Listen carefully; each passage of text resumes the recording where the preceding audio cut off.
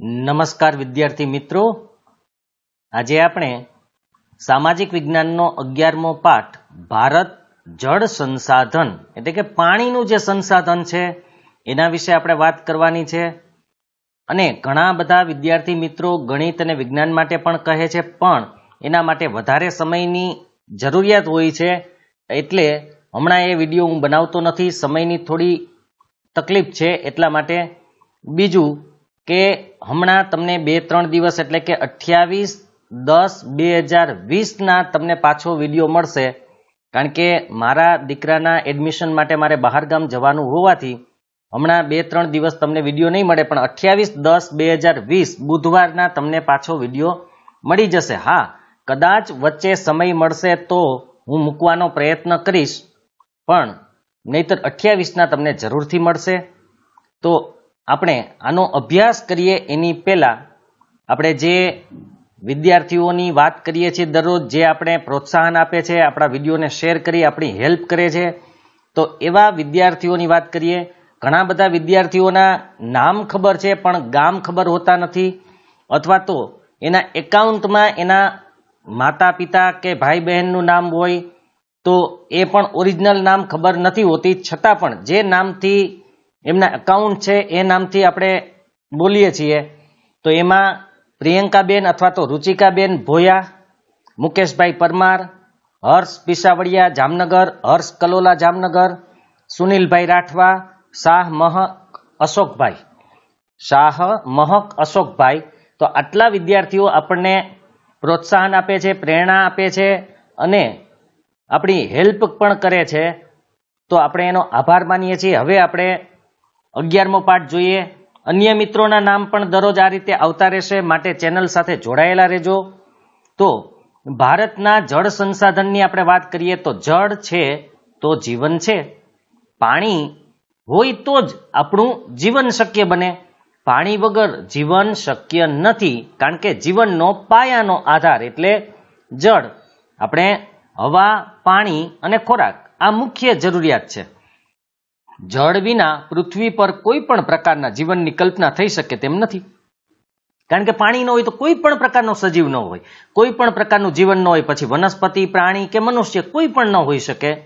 જળ સંસાધનનો કોઈ બીજો વિકલ્પ નથી.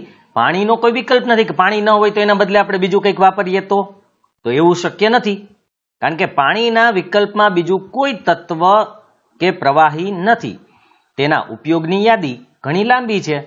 પાણીના ઉપયોગ આપણે બધાને ખબર છે, નાનપણથી આપણે આવા ઉપયોગો આવતા હોય ધોરણ વાઇઝ, તો એના ઉપયોગોની યાદી ઘણી છે, કારણ કે ઉદ્યોગોમાં પણ પાણી વપરાય છે, ખેતીવાડીમાં પણ પાણી વપરાય છે, ઘર વપરાશમાં પણ હોય છે, તો સાફ સફાઈ માટે પણ આપણે પાણીનો ઉપયોગ કરીએ છીએ. ઘણી બધી જગ્યાએ પાણીનો ઉપયોગ થાય છે.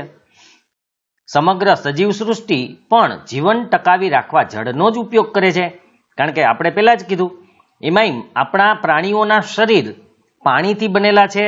આપણા કોષોમાં પણ પાણી આવેલું છે, તો આપણું 60-70% શરીર પાણીથી બનેલું છે. તો સજીવ સૃષ્ટિને જીવન ટકાવી રાખવા માટે જળનો ઉપયોગ કરવો જરૂરી છે. કોઈ પણ દેશની સમૃદ્ધિનો આધાર તેની ખેતી અને તેમાં વપરાતા જળ ઉપર છે, કારણ કે જે દેશની અંદર ખેતી વધારે હોય અને એમાં વધારે જો પાણીનો ઉપયોગ થતો હોય તો તે દેશની સમૃદ્ધિ ખૂબ જ હોય એ નક્કી જ છે. તો દેશની સમૃદ્ધિનો આધાર ખેતી અને ખેતીમાં વપરાતા પાણી ઉપર છે. ઘણા બધા દેશો એવા છે કે ત્યાં ખેતી છે પણ પૂરતું પાણી નથી, તો એ પાણીના ન હોવાને કારણે એનો વિકાસ એટલો થઈ શક્યો નથી.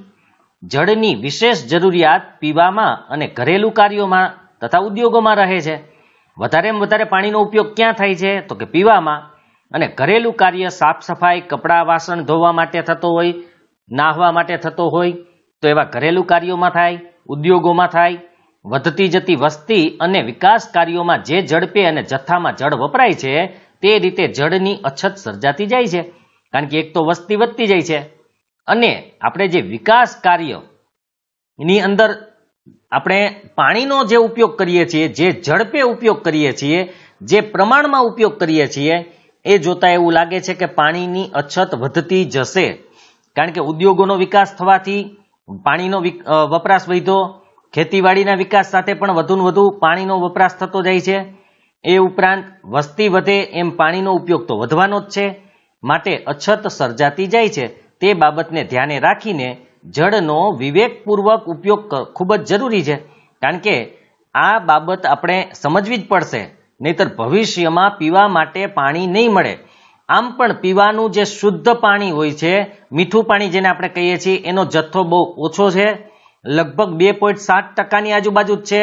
બાકીનું પાણી તો દરિયાની અંદર જે ખારું પાણી છે એવું છે, અથવા પીવાલાયક નથી એવું પાણી છે. તો એ વિવેકપૂર્વક સમજી વિચારીને એનો ઉપયોગ કરવો જરૂરી છે. વિવેકપૂર્વક એટલે સમજી વિચારીને ઉપયોગ કરવો પડશે. જળ એ મર્યાદિત સંસાધન છે, તેના સ્થાને કોઈ પણ સંસાધન ઉપયોગમાં લઈ શકાય તેમ નથી. આપણે ઘણી વખત કહેતા હોય કોલસો પેટ્રોલિયમ કદાચ ખૂટી જાય તો એની જગ્યાએ આપણે બીજું કંઈક ઉપયોગ કરી શકશું, પણ પાણી ખૂટી જશે તો એના બદલામાં આપણે બીજું કંઈ ઉપયોગ નહીં કરી શકીએ. કાલો પાણી નથી, પેટ્રોલ પી લઈએ, એવું તો નહીં થઈ શકે. તો અને મર્યાદિત છે, લિમિટેડ છે પાણીનો જથ્થો, અનલિમિટેડ તો છે નહીં કે હાલો એ પાણી આવ્યા જ રાખવાનું છે. વરસાદ પણ આ જ પાણીનો પડવાનો છે, એટલે જેમ પાણી બગડતું જશે એમ પીવાલાયક પાણી ઓછું થતું જશે. પર્યાવરણ જીવંત છે તો તે જળ સંસાધનને કારણે જ. આપણું જીવંત વાતાવરણ છે, આખું પર્યાવરણ જીવંત છે, સજીવો છે, એ બધા પાણીને કારણે છે. તેથી જળ એ જીવનનું અભિન્ન અંગ છે, એટલે કે એને જીવનથી છૂટું કરી શકાય નહીં, અલગ કરી શકાય નહીં. જળ સાથે જીવન જોડાયેલું છે, એટલે તો જળ એ જ જીવન છે, અથવા જીવન માટે જળ જરૂરી છે. આ આપણા સુવાક્યો છે. તો જળ જીવનનું અભિન્ન અંગ છે. તમે કોઈ પણ સજીવને પાણીથી અલગ કરી શકો નહીં, કારણ કે પાણીને કારણે તો એનું અસ્તિત્વ છે. હવે આપણે જળ સ્ત્રોતો વિશે જોવાનું છે. જળ સ્ત્રોત એટલે જ્યાંથી આપણને પાણી મળતું હોય એને સ્ત્રોત કહેવાય. તો પાણી જ્યાંથી મળતું હોય એવા સ્ત્રોતોની વાત કરીએ તો જળ સ્ત્રોતના મુખ્ય 3 પ્રકાર છે. વૃષ્ટિય જળ, જેને આપણે વરસાદ કહી શકીએ. ત્યાર પછી પૃષ્ઠીય જળ, જે સપાટી પરનું પાણી છે. જમીનની સપાટી ઉપર રહેલું પાણી એટલે પૃષ્ઠીય જળ, પૃષ્ઠ એટલે ઉપરની સપાટી. ભૂમિગત જળ એટલે કે જમીનની અંદર રહેલું પાણી. તો એમાં પહેલો વૃષ્ટિય જળ. પૃથ્વી પર જળ સંસાધનનો મૂળ સ્ત્રોત વૃષ્ટિ છે, એટલે કે વરસાદ છે. કારણ કે દરેક જળ સંસાધન એટલે કે જે સ્ત્રોત બીજા છે, ખાસ કરી નદી હોય, સરોવર હોય, ઝરણા હોય, કુવા હોય, એ બધાને પાણી પૂરું પાડનાર વૃષ્ટિ એટલે કે વરસાદ છે. વરસાદ વગર એ એક પણ સ્ત્રોત કામના નથી. નદી, સરોવર, ઝરણા અને કુવા એ ગુણ સ્ત્રોત છે, પેટા સ્ત્રોત છે. કારણ કે વરસાદ છે તો એ છે. વરસાદ ન આવે 3-4 વર્ષ તો નદીમાં પાણી ન રહે, સરોવર સુકાઈ જાય, ઝરણાઓ સુકાઈ જાય, કુવાઓમાં પાણી ઊંડા ઉતરી જાય અથવા તો ખલાસ થઈ જાય, તો એ ગુણ સ્ત્રોત છે. આ બધા જ સ્ત્રોત વૃષ્ટિને આભારી છે, કારણ કે મુખ્ય કોઈ હોય તો એ વરસાદ છે. વરસાદને કારણે તો પાણી મળે છે. પૃષ્ઠીય જળ, પૃથ્વીની સપાટી પરનું જળ, એટલે કે પૃથ્વીની સપાટી ઉપર જે જળ આવેલું છે, પછી એ નદી સ્વરૂપે હોય, સરોવર સ્વરૂપે હોય, તળાવ સ્વરૂપે હોય, સાગર હોય, ઝરણા હોય, વગેરે સ્વરૂપે જોવા મળે છે, તે પૃષ્ઠીય જળ છે. પૃષ્ઠીય જળનો મુખ્ય સ્ત્રોત નદીઓ છે, કારણ કે નદીઓ દ્વારા જ આ બધાને પાણી મળે છે, જે સપાટી ઉપર ભરાઈ રહેતું હોય. પછી સરોવર, તળાવ, સાગર એ બધાનું કારણ નદી છે. ભૂમિગત જળ, મુખ્ય જળ સ્ત્રોતોમાં ભૂમિગત જળનું સ્થાન પણ અગત્યનું છે, કારણ કે આપણે મોટે ભાગે જમીનમાં રહેલા પાણીનો જ ઉપયોગ કરીએ છીએ, બોર કે કુવા દ્વારા કે. તો એ અગત્યનું છે. પૃષ્ઠીય જળના અવશોષણથી ભૂમિગત જળ પ્રાપ્ત થાય છે. આપણે ખબર છે સપાટી ઉપર પાણી ભરાઈ દે ચોમાસામાં, પછી ધીરે ધીરે એ પાણી જમીનની અંદર નીચે ઉતરે છે. અવશોષણ થવું એટલે નીચે ઉતરવું, અને એને કારણે જે પૃથ્વીની સપાટીનો અંદરનો ભાગ છે એમાં પાણી ભરાય છે, પાણી એકઠું થાય છે, જેને ભૂમિગત જળ કહેવાય. ભૂમિગત જળનો જથ્થો અમર્યાદિત છે, કારણ કે ઘણું બધું પાણી છે સપાટીની નીચે અંદરના ભાગે, એટલે ઘણું બધું છે, અમર્યાદિત છે, લિમિટેડ નથી, અનલિમિટેડ છે. ભારતમાં ઉત્તરના મેદાની વિસ્તારમાં 42% ભૂમિગત જળ મળે છે. ઉત્તરનો મેદાની પ્રદેશ, ખાસ કરીને જે ગંગા, યમુના, ઉપરના ભાગે બ્રહ્મપુત્રા, રાવી, ચિનાબ, જેલમ, ગંડક, કોસી, ઘાઘરા આવી બધી નદીઓ વહે છે. ત્યાં ખાસ કરીને યુપી બિહારના જે ભાગો છે જેને ઉત્તરનો મેદાની પ્રદેશ કહેવાય છે, કારણ કે નદીઓએ ફળદ્રુપ મેદાનો બનાવેલા છે પોતાના કાંપ પાથરીને, તો ત્યાં જે જમીનની અંદર 42% જેટલું પાણી જોવા મળે છે, કારણ કે નદીઓનું પ્રમાણ વધુ હોવાથી પાણી નીચે જમીનમાં ઉતરે છે. દક્ષિણ ભારતમાં ઉચ્ચ પ્રદેશ છે અને પર્વતીય વિસ્તારોને કારણે ભૂમિગત જળનું પ્રમાણ ઓછું જોવા મળે છે, કારણ કે પર્વતીય વિસ્તાર અને ઉચ્ચ પ્રદેશ એટલે આપણે ખબર છે કે જે પર્વતથી નીચા પણ મેદાનથી ઊંચા હોય એવા પ્રદેશો એટલે ઉચ્ચ પ્રદેશો, જે લાવારસથી બનેલા હોય. હવે એવા ઉચ્ચ પ્રદેશો અને પર્વતીય વિસ્તારને કારણે પાણી જમીનમાં ઉતરે નહીં પણ વહી જાય, વહીને સમુદ્રને મળી જાય. એટલે જે પાણી નીચે ઉતરતું નથી, શોષણ થતું નથી, માટે ત્યાં ભૂમિગત જળનું પ્રમાણ ખૂબ જ ઓછું જોવા મળે છે. ભૂમિગત જળનો સૌથી વધુ ઉપયોગ સિંચાઈ માટે થાય છે, કારણ કે આપણે બોર કે કૂવા દ્વારા પાણી ખેંચી અને સિંચાઈમાં એનો ઉપયોગ કરીએ છીએ. હવે પછીનો મુદ્દો છે જળ સંસાધનો અને એનો ઉપયોગ. તો પેલા સિંચાઈ. ભારતમાં લગભગ 84% જળ સિંચાઈ માટે ઉપયોગી છે. બરાબર યાદ રાખજો, જે પાણી છે એનો 84% ભાગ માત્ર ખેતીવાડીને પાણી પાવામાં વપરાઈ જાય છે. બાકી જે વૈધો છે 16% જેવો ભાગ એ અન્ય ઉપયોગમાં આવે છે. 84% જેટલો ભાગ માત્ર સિંચાઈમાં વપરાય છે. જેમ કે 1 કિલો ઘઉં ઉત્પન્ન કરવા લગભગ 1500 લીટર પાણીની આવશ્યકતા હોય છે. હવે તમે વિચાર કરો કેટલા કિલો, અહીં કિલો નહીં પણ ટન ઉત્પન્ન કરવામાં આવે છે ઘઉં. તો 1 કિલો ઘઉં ઉત્પન્ન કરવા માટે જો એને 1500 લીટર પાણીની જરૂર હોય તો આપણે તો કેટલા બધા કરોડો ટન કહી શકીએ એટલા ઘઉં ઉત્પન્ન કરીએ છીએ, તો કેટલું પાણી એને જરૂર હશે. ડાંગર, શણ અને શેરડીના પાકોને વધુ જળની આવશ્યકતા રહે છે. આપણે ખબર, ડાંગરના પાકને ખૂબ જ પાણી જોઈએ. એના ક્યારાઓ પાણીના ભરેલા રાખવા પડે અને પછી એને ઉગાડવામાં આવે છે. એ રીતે શણને સાફ કરવા માટે, કારણ કે શણને પેલા ઉગાડવા માટે જોઈ, પછી એ જે એના છોડ હોય એને પાણીમાં પલાળી રાખવા પડે. આપણે 10મા પાઠમાં જોયું હતું, એટલે જે લોકોએ વિડીયો ન જોયો હોય જોઈ લેજો. એને પલાળી અને પછી પોચા બની જાય, પછી એને પછાડીને એમાંથી રેસાઓ કાઢવામાં આવે. એવી જ રીતે શેરડીના પાકને પણ વધુ જળની આવશ્યકતા છે. જેમ વધારે પાણી મળે એમ એનામાં મીઠાશ વધુ ઉત્પન્ન થાય છે અને રસ પણ વધુ ઉત્પન્ન થાય, કારણ કે જો વધારે રસ હોય એનું વજન પણ વધે અને એમાંથી ખાંડ પણ સારી રીતે બનાવી શકીએ. એટલે ખેડૂતો વધુ પ્રમાણમાં પાણીનો ઉપયોગ એના માટે પણ કરે છે. પ્રાચીન સમયથી પાણીનો ઉપયોગ સિંચાઈ માટે થતો આવ્યો છે, કારણ કે ખેતરને પાણી તો પાવામાં જ આવતું હતું. એ પછી દેશી પદ્ધતિ હોય કે આધુનિક પદ્ધતિ હોય, ખેતરને પાણી તો પહેલેથી પાવામાં આવે છે. એટલે પ્રાચીન સમયથી આપણે ઉપયોગ કરીએ છીએ. કાવેરી નદીમાંથી ગ્રાન્ડ એનિકટ નામે જાણીતી નહેરનું નિર્માણ 2જી સદીમાં થયું હતું. તમે વિચાર કરો, 1800 વર્ષ પહેલા કાવેરી નદીમાંથી તે સમયે નહેરનું નિર્માણ કરેલું હતું. તો એ બહુ સારી બાબત કહી શકાય. ત્યારે પણ આપણી જે ટેકનોલોજી હતી એ પણ સારી કક્ષાની કહી શકાય. 1882માં ઉત્તર પ્રદેશની પૂર્વીય યમુના નહેરનું પણ નિર્માણ કરવામાં આવ્યું. 1882માં અંગ્રેજોનો સમય હતો, ત્યારે જે યમુના છે, યમુનામાંથી નહેરનું નિર્માણ કરેલું હતું. ભારતમાં સિંચાઈના મુખ્ય 3 માધ્યમ છે. આપણે ખેતીવાડીમાં 3 માધ્યમો દ્વારા પાણી આપી શકીએ છીએ, 3 સ્ત્રોત દ્વારા. એમાં કુવા અને ટ્યુબવેલ. આમ તો ટ્યુબવેલ એટલે જેને આપણે બોર કહીએ છીએ, ટ્યુબ એટલે પાઇપ અને વેલ એટલે કૂવો. પાઇપ આકારનો જે કૂવો હોય એને ટ્યુબવેલ કહેવાય, મતલબ કે બોર, જેમાં આપણે સબમર્સિબલ ઉતારીને પાણીનો ઉપયોગ કરીએ છીએ. તો કુવા અને ટ્યુબવેલ એ બંને કૂવામાં જ આવે આમ તો. પછી નહેરો અને તળાવો, આ 3 સ્ત્રોત દ્વારા કે 3 માધ્યમ દ્વારા આપણે સિંચાઈ કરીએ છીએ. આ પૈકી કુવા અને ટ્યુબવેલ સિંચાઈના મુખ્ય માધ્યમો છે, કારણ કે મોટા ભાગની જગ્યાએ કુવા અને ટ્યુબવેલ હોય જ છે. એના દ્વારા વધુ પ્રમાણમાં સિંચાઈ થાય છે.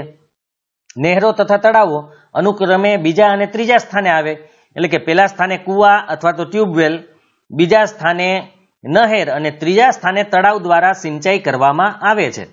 નહેરો દ્વારા સિંચાઈ સતલુજ, યમુના અને ગંગાના વિશાળ મેદાનો તથા પૂર્વના તટીય મેદાનોમાં આવેલ મહાનદી, ગોદાવરી, કૃષ્ણા અને કાવેરીના મુખ્ય ત્રિકોણ પ્રદેશમાં થાય છે. કારણ કે જ્યાં નદીઓ હોય, નહેરનો ઉપયોગ ત્યાં જ થઈ શકે અને એ નદીઓ પણ 12 માસ વહેતી હોય એવી હોવી જોઈએ. જે નદીઓમાં અમુક સમયે જ પાણી હોય ને પછી સુકાઈ જાય એવી નદીઓ સિંચાઈ માટે કે નહેર માટે ઉપયોગી નથી. માટે ખાસ કરીને પંજાબમાં ખૂબ વધારે સિંચાઈનું પ્રમાણ છે. એનું કારણ છે ત્યાં પણ ઘણી બધી નદીઓ આવેલી છે. અને આપણે જે ઉત્તરના મેદાનની વાત કરી ત્યાં પણ, કારણ કે ગંગા અને યમુના નદીઓ આવેલી છે એટલે એ વિશાળ મેદાનોની અંદર પણ આપણે સિંચાઈ કરી શકીએ નહેરો દ્વારા. એવી રીતે દક્ષિણ ભારતમાં પણ મહાનદી ગોદાવરી, કૃષ્ણા અને કાવેરીના જે મુખ ત્રિકોણ પ્રદેશ છે એમાં પણ નહેર દ્વારા આપણે સિંચાઈ કરી શકીએ છીએ. કૂવા અને ટ્યુબવેલ એ કાંપના મેદાનોમાં સામાન્ય છે, જ્યાં નદીઓનો કાંપ હોય, પાણી નીચે ઉતરેલું હોય, એટલે એ જમીનમાં કૂવા ખોદી અને આપણે પાણી કાઢી શકીએ છીએ. તળાવો દ્વારા થતી સિંચાઈ પૂર્વ અને દક્ષિણના રાજ્યોમાં વધારે છે. ખાસ યાદ રાખજો, આ પ્રશ્ન પૂછાઈ શકે કે તળાવ દ્વારા સિંચાઈ કઈ કઈ જગ્યાએ થાય છે. તો પૂર્વમાં જે અસમ, મેઘાલય, મણિપુર એ બાજુ, અને દક્ષિણ ભારતના રાજ્યો છે એમાં તળાવો દ્વારા, કારણ કે ત્યાં ઉચ્ચ પ્રદેશ હોવાથી તળાવો ઘણા બને છે. અને આપણે વાત થઈ એવી પહાડી જમીન હોવાથી પાણીનું શોષણ ન થાય એટલે તળાવો ભરાયેલા રહે અને એ ભરાયેલા તળાવોમાંથી સિંચાઈ કરવામાં આવે છે. હવે આઈએમપી પ્રશ્ન છે બહુહેતુક યોજનાઓ. તો બહુહેતુક યોજનાઓના લાભ જણાવવાના હોય તો હવે બહુહેતુક યોજના એટલે ખરેખર જોઈએ તો કોઈ ડેમ બનાવવો, મોટો ડેમ બનાવીએ તો એને બહુહેતુક યોજના કહેવાય. પણ એને બહુહેતુક યોજના શા માટે કહેવામાં આવે છે? બહુ એટલે વધારે હેતુ, એક કરતા વધારે હેતુ માટે ઉપયોગી હોય એવી યોજના છે, એટલા માટે એને બહુહેતુક યોજના કહેવાય છે. ભારતમાં અનેક નાની મોટી નદીઓ વહે છે. આપણે ખબર છે ઘણી બધી નાની, અમુક નાની નદીઓ પણ છે અને મોટી નદીઓ પણ છે. ભારતનો જળ પરિવહન સમૃદ્ધ છે. તમારે 9મા ધોરણમાં જળ પરિવહન આવી ગયો એટલે કે આપણો જે પાણીનો પ્રવાહ વહેતો હોય દરેક નદીઓની અંદર, એની આજુબાજુનો જે વિસ્તાર હોય જેને નદી બેઝિન કહેવાય છે. તમને ખબર હશે કે બેઝિન એટલે એવો વિસ્તાર છે જે આ આકારનો હોય તો એને બેઝિન કહેવાય. જેમ આમ લાંબી નદીઓ હોય પણ નીચેથી તો આ રીતે ગોળ ભાગ જ હોય ને. નદીઓના આ નદીનો એક કિનારો છે, આ નદીનો બીજો કિનારો છે, આવી રીતે જે ખાંચો હોય એને બેઝિન કહેવાય. તો ભારતની અંદર જે આખો બેઝિન વિસ્તાર છે એની જળ પ્રણાલી, પાણી કેવી રીતે વહે છે અને કઈ શાખા નદીઓ મળે છે એ બધાને જળ પરિવહન કહેવાય છે. તો આપણો જે ભારતનો જળ પરિવહન છે, નદી પ્રણાલી છે એ સમૃદ્ધ છે, પાણીથી ભરપૂર હોય છે. એનું કારણ ભારતનું ભૂપૃષ્ઠ છે. ભૂપૃષ્ઠ એટલે કે પૃથ્વીની, આપણા ભારતમાં ઉપરનું પડ જે હોય એને ભૂપૃષ્ઠ કહેવાય છે. ભૂ એટલે જમીન, પૃષ્ઠ એટલે સપાટી. તો ઉપરનું જે ભૂપૃષ્ઠ છે, ઉપરની સપાટી છે એ એવી છે કે અનેક નદીઓ બીજી નદીઓને મળીને તેનું જળ સમુદ્રમાં ઠાલવે છે, એટલે કે શાખા નદી. મેં જે હમણાં જ કીધું, એક નદી હોય, આ એક નદી એને બીજી નદી મળે, આ રીતે નદીઓને નદીઓ મળતી હોય તો આને શાખા નદીઓ કહેવાય. આ મુખ્ય નદી છે, એને જે મળે છે એ બધી શાખા નદીઓ છે. તો આ નદીઓ અને બધી શાખા નદીઓ ભેગી થઈ અને એનું પાણી સમુદ્રમાં ઠાલવે છે, સમુદ્રમાં લઈ જાય છે. આ જળનો ઉપયોગ અનેક હેતુઓ માટે થાય છે. તે માટે બહુહેતુક યોજનાઓ વિવિધ નદીઓ ઉપર બનાવવામાં આવી છે. કારણ કે જો આ નદીઓનું પાણી સમુદ્રમાં ચાલ્યું જાય તો એ આપણા માટે નકામું છે. તો એ જળનો ઉપયોગ આપણે કેટલાય હેતુઓ માટે કરીએ છીએ, માટે બહુહેતુક યોજનાઓ બનાવવામાં આવી છે વિવિધ નદી ઉપર, એટલે કે ડેમ બાંધવામાં આવ્યા છે. બહુહેતુક યોજનાઓ એટલે નદી ખીણો સાથે સંકળાયેલા વિભિન્ન સમસ્યાઓને હલ કરવી. બહુહેતુક યોજનાનો એ અર્થ આપ્યો છે. ખરેખર બહુહેતુક યોજના એટલે ડેમ બાંધી દો એટલે બધી સમસ્યા હલ થઈ જાય.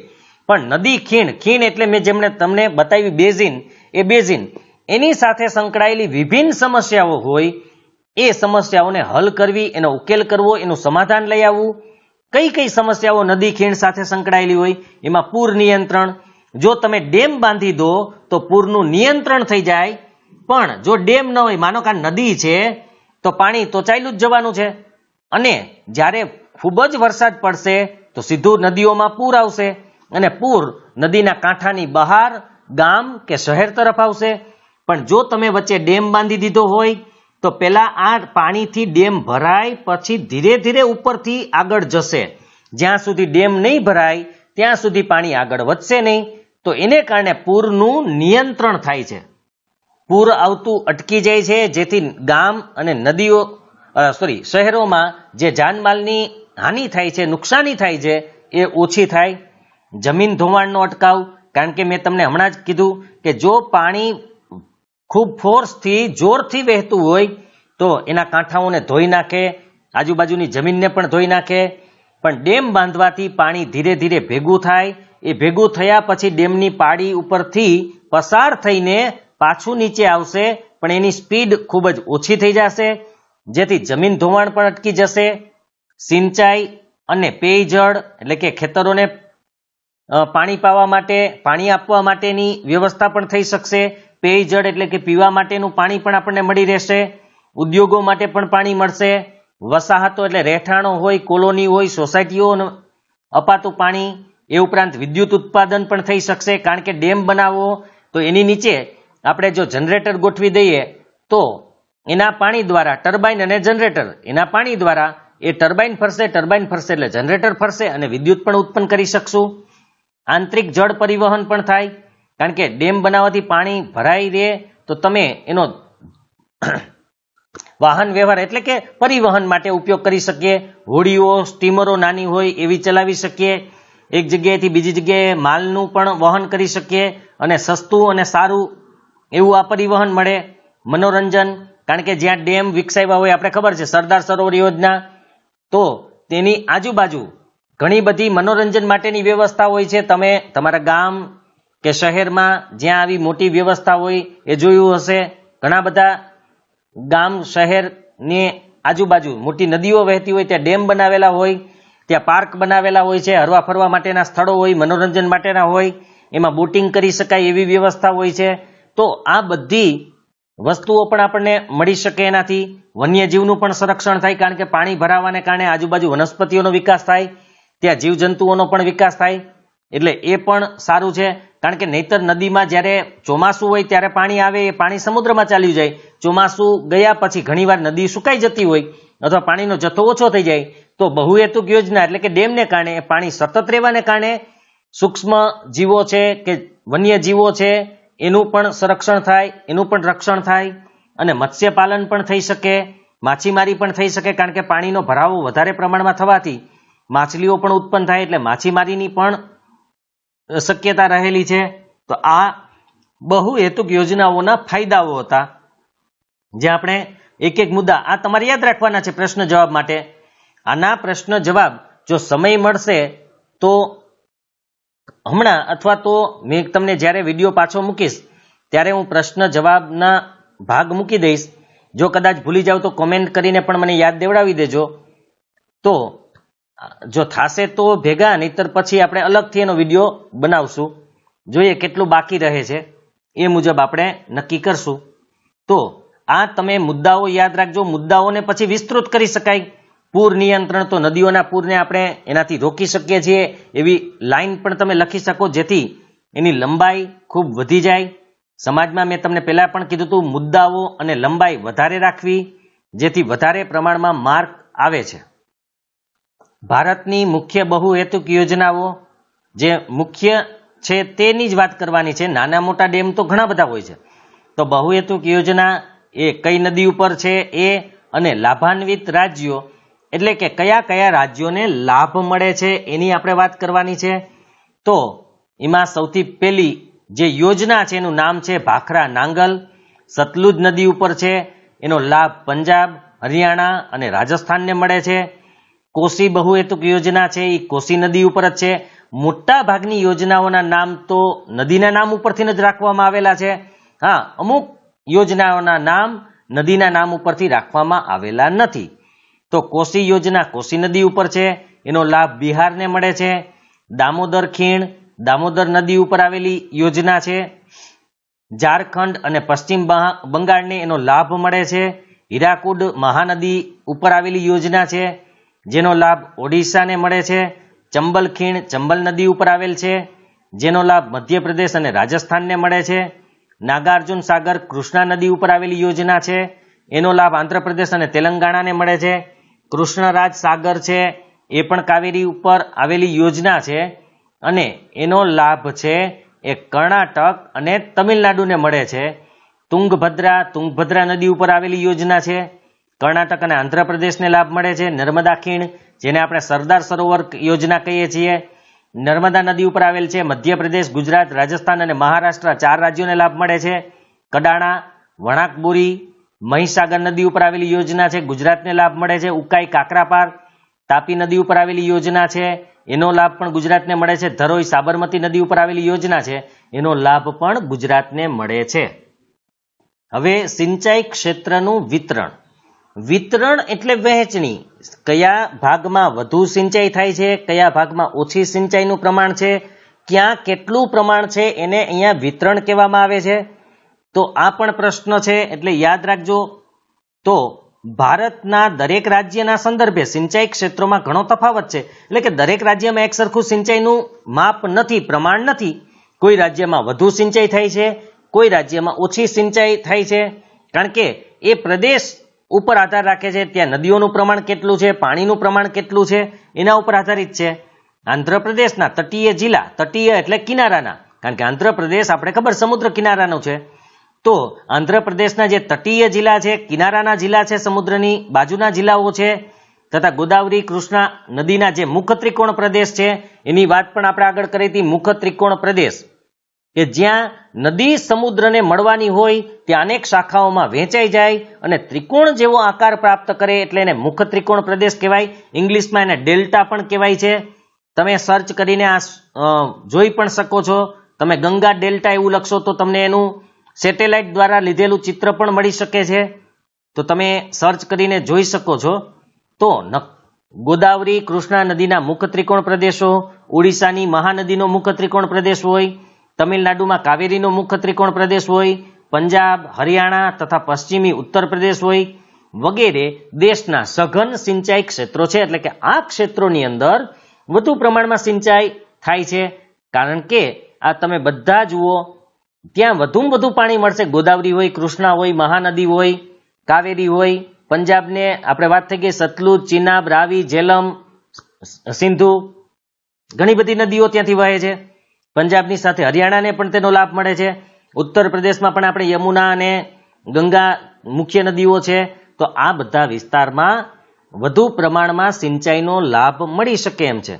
સ્વતંત્રતા પછી ભારતમાં કુલ સિંચાઈ ક્ષેત્ર લગભગ 4 ગણું વધી ગયું. એટલે કે આઝાદી પહેલા જેટલા વિસ્તારમાં આપણે સિંચાઈ કરતા હતા, જેટલા વિસ્તારને આપણે પાણી પૂરું પાડી શકતા હતા ખેતી માટે, એના કરતા આઝાદી પછી આપણે 4 ગણું વધુ પાણી પૂરું પાડી શકીએ છીએ.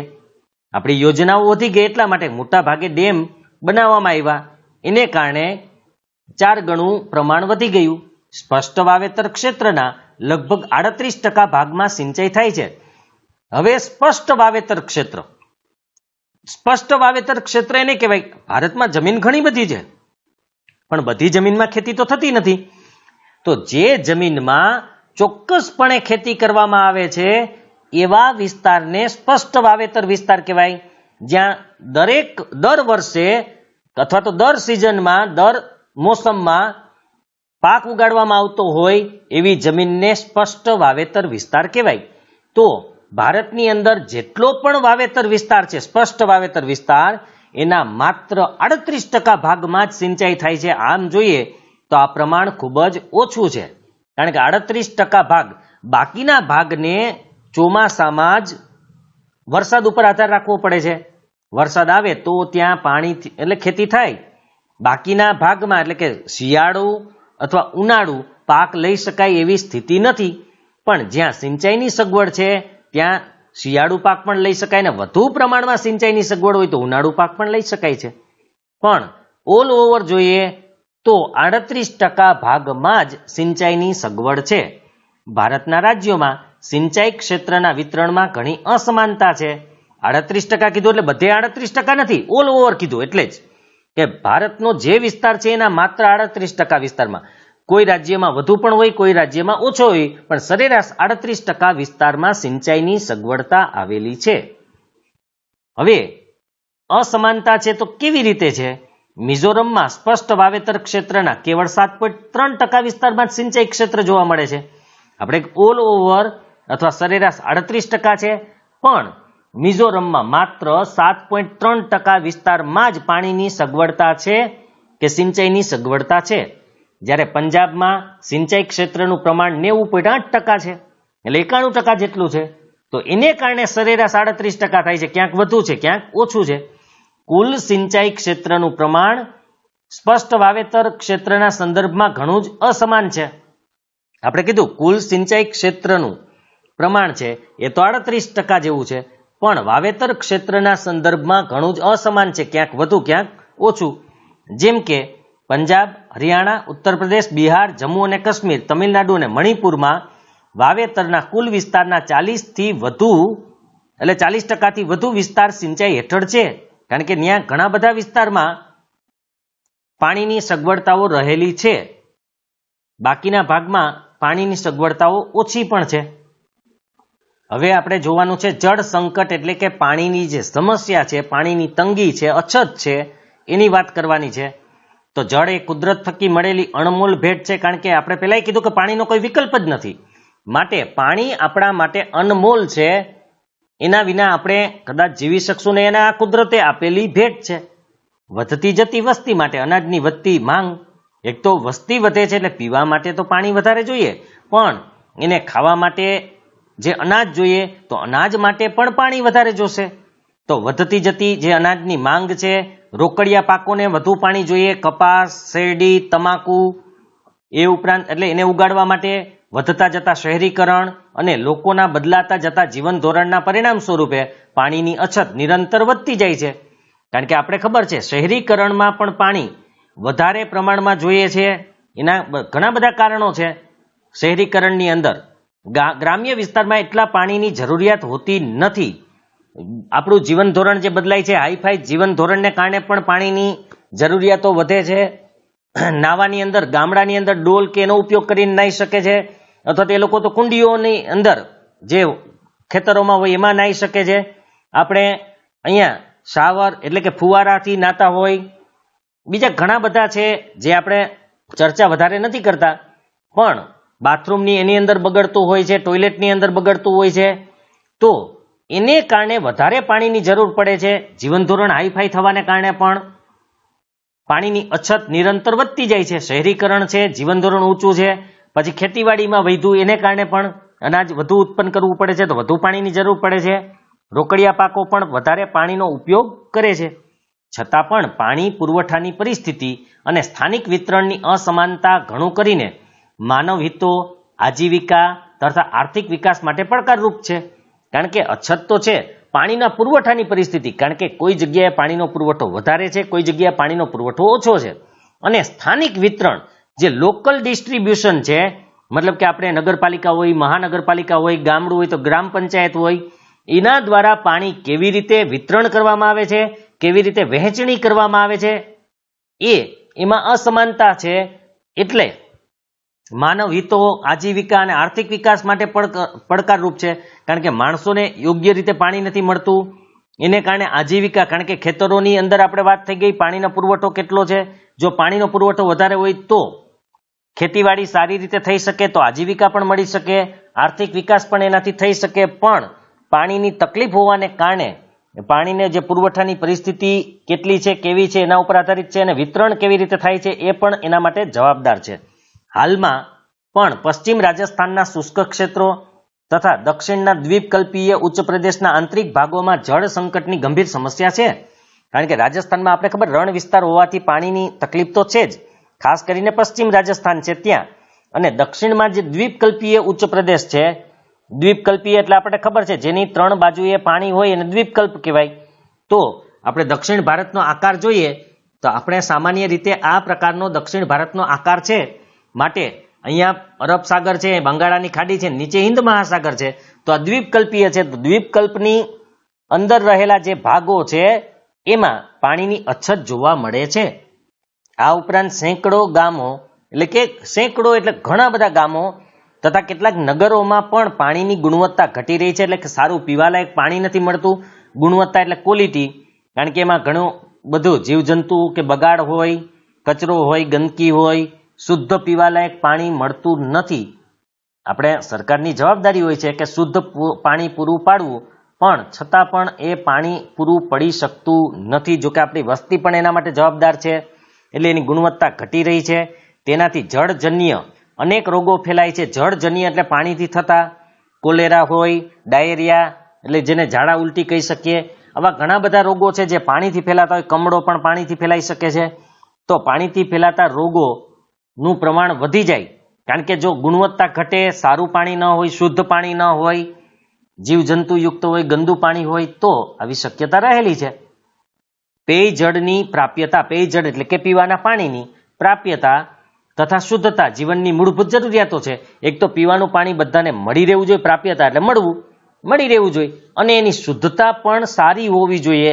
વિદેશોમાં ઘણા બધા દેશો છે કે જ્યાં તમે આપણે જે ડિસ્ટિલ વોટર, આપણે બ્રિસ્લેરી જે કહીએ છીએ, એટલે કે શુદ્ધ પીવાનું પાણી જે આપણે લઈએ છીએ, ડ્રિંકિંગ વોટર, એ નળમાં જ આવતું હોય છે. એ લોકોને અલગથી લેવાની જરૂર પણ નથી પડતી. ઘણા બધા દેશો એવા છે કે ત્યાં થોડા અંતરે આવા નળો મૂકેલા છે જ્યાંથી એ લોકો પોતાની બોટલ ભરી શકે છે. એકદમ શુદ્ધ પીવાલાયક પાણી હોય છે. તો ખરેખર પેયજળની પ્રાપ્યતા થવી જોઈએ, એટલે કે બધાને પાણી પણ મળવું જોઈએ અને શુદ્ધ પાણી મળવું એ ખરેખર જરૂરી છે.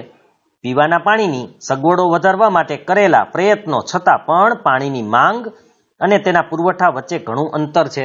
કારણ કે સગવડો તો ઘણી બધી કરવામાં આવી છે, યોજનાઓ પણ એના માટે કરવામાં આવી છે, છતાં પાણીની માંગ અને પુરવઠામાં અંતર છે. એટલે કે માંગ વધારે છે અને પુરવઠો એના કરતાં ઓછો છે. આપણે કીધું કે આપણી વસ્તી ખૂબ જ વધારે હોવાથી થોડીક તકલીફ તો રહેવાની જ છે. એનું કારણ આ જ છે કે માંગ વધારે છે અને પુરવઠો એટલો નથી, માટે પાણીની અછત અથવા તંગી વર્તાય છે. આજે પણ ભારતમાં 80% શહેરોમાં પેયજળની તીવ્ર અછત છે, ખૂબ જ અછત છે, ઓછું પાણી મળે છે. 80% શહેરની અંદર પીવાનું પાણી પૂરતું મળતું નથી. દેશના લગભગ 50% ગામોને આજે પણ સ્વચ્છ પેયજળ ઉપલબ્ધ કરાવવાનું બાકી છે. હજી 50% ગામોને પણ પીવાનું પાણી નથી મળતું. 80% શહેરોને પીવાનું પાણી નથી મળતું. ગામડામાં પાણી મળે છે પણ સ્વચ્છ નથી હોતું, શુદ્ધ નથી હોતું, એટલે એ હજી બાકી છે ઉપલબ્ધ કરાવવા માટે. ભારતમાં સિંચાઈની સગવડમાં ઘણો વધારો થયો છે, આપણે ખબર છે. ઘણો બધો સુધારો પહેલા કરતા થઈ જ ગયો, 4 ગણી એ વધી ગઈ છે. છતાં પણ 2/3 કૃષિ ક્ષેત્રો હજુ વરસાદ ઉપર આધાર રાખે છે. કારણ કે 2/3 એટલે એમ માનો ને 67% જેવો વિસ્તાર જેને વરસાદ ઉપર આધાર રાખવો પડે છે એવી ખેતીવાડીને, કારણ કે એને કોઈ સિંચાઈથી પાણી મળતું નથી, ત્યાં પાણીની અછત છે. વર્તમાન સમયમાં કુવા અને ટ્યુબવેલ દ્વારા વધારે ને વધારે પાણીને બહાર કાઢતા ભૂમિગત જળનું સ્તર નીચું ગયું. કારણ કે તમે પાણીને ખેંચી જ રાખશો તો શું થશે? પાણી તો ઓછું થઈ જવાનું છે. એટલે કુવા અને ટ્યુબવેલ દ્વારા વધારેમાં વધારે પાણી બહાર કાઢવાથી જે ભૂમિગત જળ હતું એનું સ્તર નીચું જાય છે. તમને ભૂમિગત જળ એટલે શું એ પણ સમજાવી દઉં કે આ જમીનનું ઉપરનું સ્તર છે, તો અહીંયા ઉપરથી પાણી આવેલું હોય એનો સંગ્રહ આ રીતે થતો હોય છે. આ રીતે પાણીનો સંગ્રહ થાય અહીંયા. હવે આપણે જ્યારે કૂવો ખોદીએ તો આ પાણી છે એને આપણે બહાર કાઢીએ છીએ, એટલે આ પાણી અહીંયા આવે, પણ જેમ જેમ પાણી ખેંચતા જશો એમ આ ખલાસ થઈ જશે, પછી નીચે પાણી રહેશે, એટલે કે ઊંડું પાણી જતું જશે. તમને ખબર હશે આ વર્ષે તો વરસાદ સારો હતો એટલે કોઈ પ્રોબ્લેમ નથી, પણ જ્યારે ઓછો વરસાદ પડે ત્યારે પાણી ઘણા બધા બોરમાં ખલાસ થઈ જાય, ઘણા કૂવાઓમાં ખલાસ થઈ જાય છે. તો એનું કારણ આ જ છે, કારણ કે આપણે પાણી જેટલું હોય એટલું ખેંચી લઈએ છીએ, પછી પાણીની તંગી અથવા અછત ઊભી થાય છે. પહેલાના સમયમાં ગામડાઓની અંદર અથવા તો શહેરોમાં, ખાસ કરીને ગામડામાં ખેતીવાડીની અંદર એ લોકો 400-500 ફૂટ જેટલો બોર કરતા તો પણ આસાનીથી પાણી મેળવી શકતા હતા. હવે તો 2,000, 3,000 ફૂટના બોર પણ કરે છે, છતાં પણ પાણી નથી મળતું, એવું પણ બને છે. તો એનું કારણ છે પાણી જે ભૂમિગત જળ છે, જમીનની નીચે રહેલું જળ છે, એ ઓછું થતું જાય છે, એટલે એનું લેવલ નીચું જતું જાય છે. માટે વધારે ઊંડા બોર કરવા પડે છે, તો પણ પાણી મળતું નથી. અત્યારે કેટલાક રાજ્યોમાં ભૂમિગત જળને વધારે જથ્થામાં કાઢવાથી દેશમાં ગંભીર પ્રશ્નો ઊભા થયા છે. કારણ કે અમુક રાજ્યોએ વધારે પ્રમાણમાં પાણીનો ઉપયોગ કરી લીધો, એટલે હવે ગંભીર પ્રશ્ન, કારણ કે પાણી ત્યાં તો છે નહીં, તો એને પાણી પૂરું કેવી રીતે પાડવું એ પણ સમસ્યા છે, ગંભીર પ્રશ્ન છે. પાણીની ઘટતી ગુણવત્તા અને વધતી જતી અછત જેવી ગંભીર સમસ્યાઓનો સામનો કરવો પડી રહ્યો છે આપણે. કારણ કે એક તો ગુણવત્તા, મેં પહેલાં કીધું ક્વોલિટી, ગંદુ પાણી, દૂષિત પાણી, જીવજંતુવાળું પાણી, આ ને કારણે ગુણવત્તા ઘટી રહી છે અને અછત પણ પૂરતું પાણી પણ નથી મળતું અને સારું પાણી પણ નથી મળતું. એને કારણે ઘણી બધી સમસ્યાઓનો સામનો આપણે કરી રહ્યા છીએ. લોકો બીમાર પડી રહ્યા છે ઘણીવાર. તો એનું કારણ પણ આ જ છે. કૃષિ ઉપરાંત ઉદ્યોગોમાં પાણીનો અનિયંત્રિત ઉપયોગ થાય છે, કૃષિમાંય થાય છે. જો કૃષિમાં પાણીનો વ્યવસ્થિત ઉપયોગ કરવો હોય તો ટપક સિંચાઈ પદ્ધતિ અથવા ફુવારા પદ્ધતિનો ઉપયોગ કરવાથી 40-50% જેટલું પાણી બચે છે. તો એ પણ ફાયદાકારક છે. પણ કૃષિમાં તો પાણીનો વધારે ઉપયોગ થાય જ છે. એ ઉપરાંત ઉદ્યોગોમાં પણ અનિયંત્રિત એટલે કે કંટ્રોલ બહારનો ખૂબ જ વધારે પ્રમાણમાં પાણીનો ઉપયોગ થાય છે. એને કારણે પણ અછત થાય છે. જેમ જેમ નવા નવા ઉદ્યોગો સ્થપાતા જાય છે એમ પાણીનો ઉપયોગ વધુ ને વધુ થતો જાય છે. એટલે પાણીની અછત ઉત્પન્ન થાય છે.